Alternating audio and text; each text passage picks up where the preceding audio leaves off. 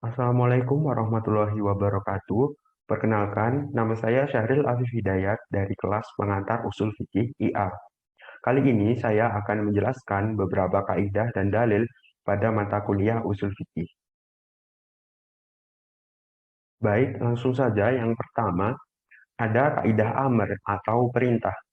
Bismillahirrahmanirrahim.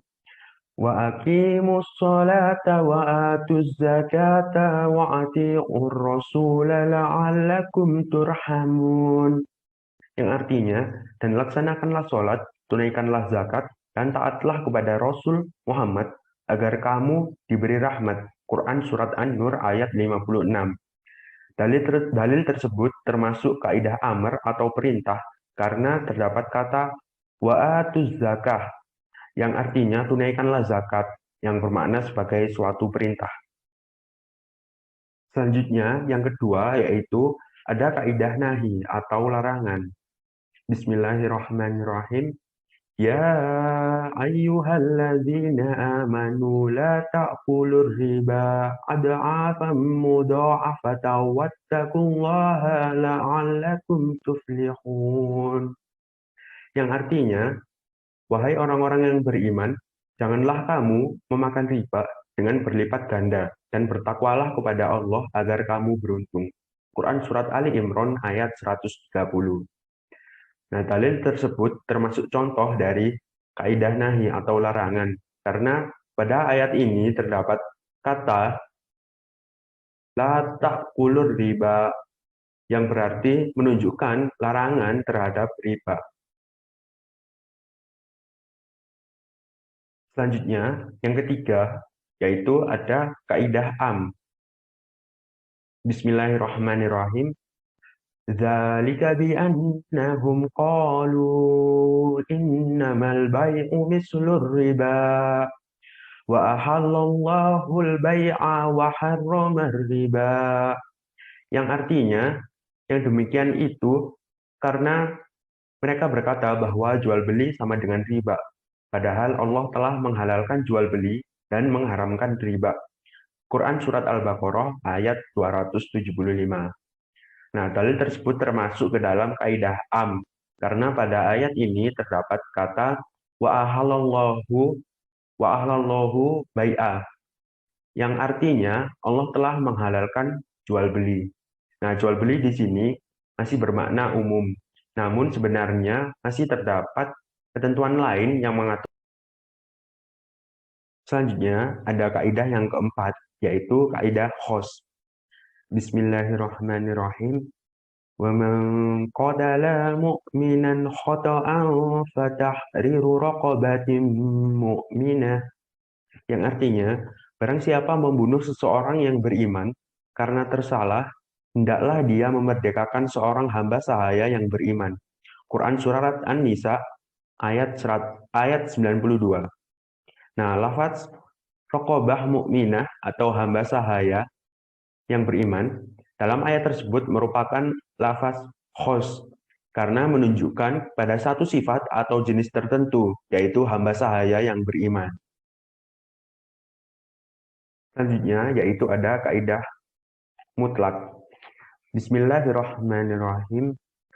وَالَّذِينَ يُظَاهِرُونَ مِن نِّسَائِهِمْ ثُمَّ يَعُودُونَ لِمَا قَالُوا فَتَحْرِيرُ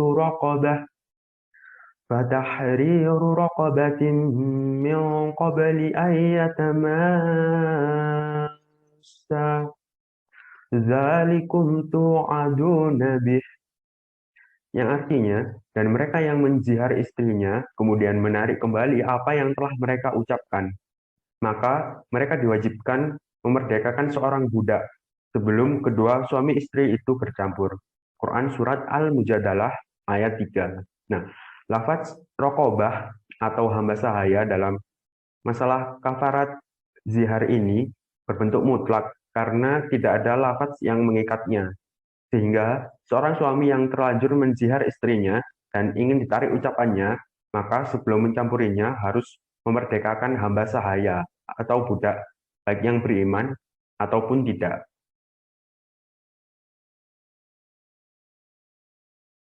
Selanjutnya ada kaidah muqayyad.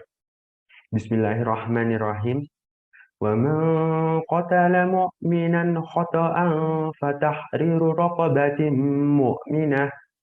Yang artinya, barang siapa membunuh seorang yang beriman karena tersalah, hendaklah dia memerdekakan seorang hamba sahaya yang beriman. Quran Surat An-Nisa ayat 92.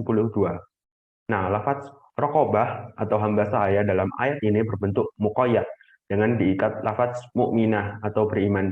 Maka hukumnya ialah keharusan untuk memerdekakan hamba sahaya yang beriman.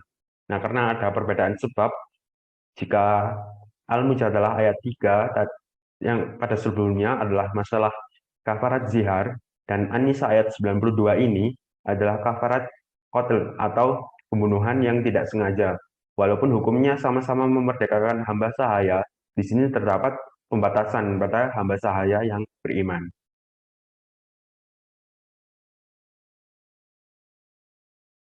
Selanjutnya ada kaidah mujmal. Bismillahirrahmanirrahim. Au yakhuwallazi biyadihi uqdatun nikah. Yang artinya, atau dimaafkan oleh orang yang memegang ikatan nikah. Quran Surat Al-Baqarah ayat 237. Nah, yang mempunyai ikatan perkawinan bisa diartikan wali atau suami. Nah, karena maknanya tidak tunggal, berarti hukumnya belum pasti. Oleh karena itu, tidak diamalkan sebelum ada penjelasan atau al-bayan.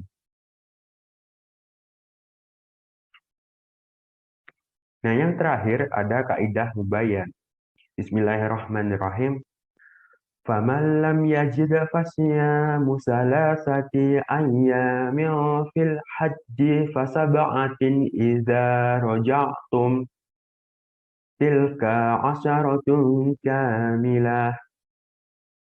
Yang artinya, tetapi jika ia tidak menemukan binatang kurban atau tidak mampu, maka wajib berpuasa 3 hari dalam masa haji, dan 7 hari lagi apabila kamu telah pulang kembali. Nah, itulah 10 hari yang sempurna. Quran Surat Al-Baqarah ayat 196. Nah, ayat tersebut merupakan bayan atau penjelasan terhadap rangkaian kalimat sebelumnya mengenai kewajiban mengganti korban atau menyembelih binatang bagi orang-orang yang tidak menemukan binatang sembelihan ataupun bagi orang-orang yang tidak mampu. Demikian yang dapat saya sampaikan. Jika ada kesalahan, kurang lebihnya saya mohon maaf. Cukup sekian dan terima kasih. Wassalamualaikum warahmatullahi wabarakatuh.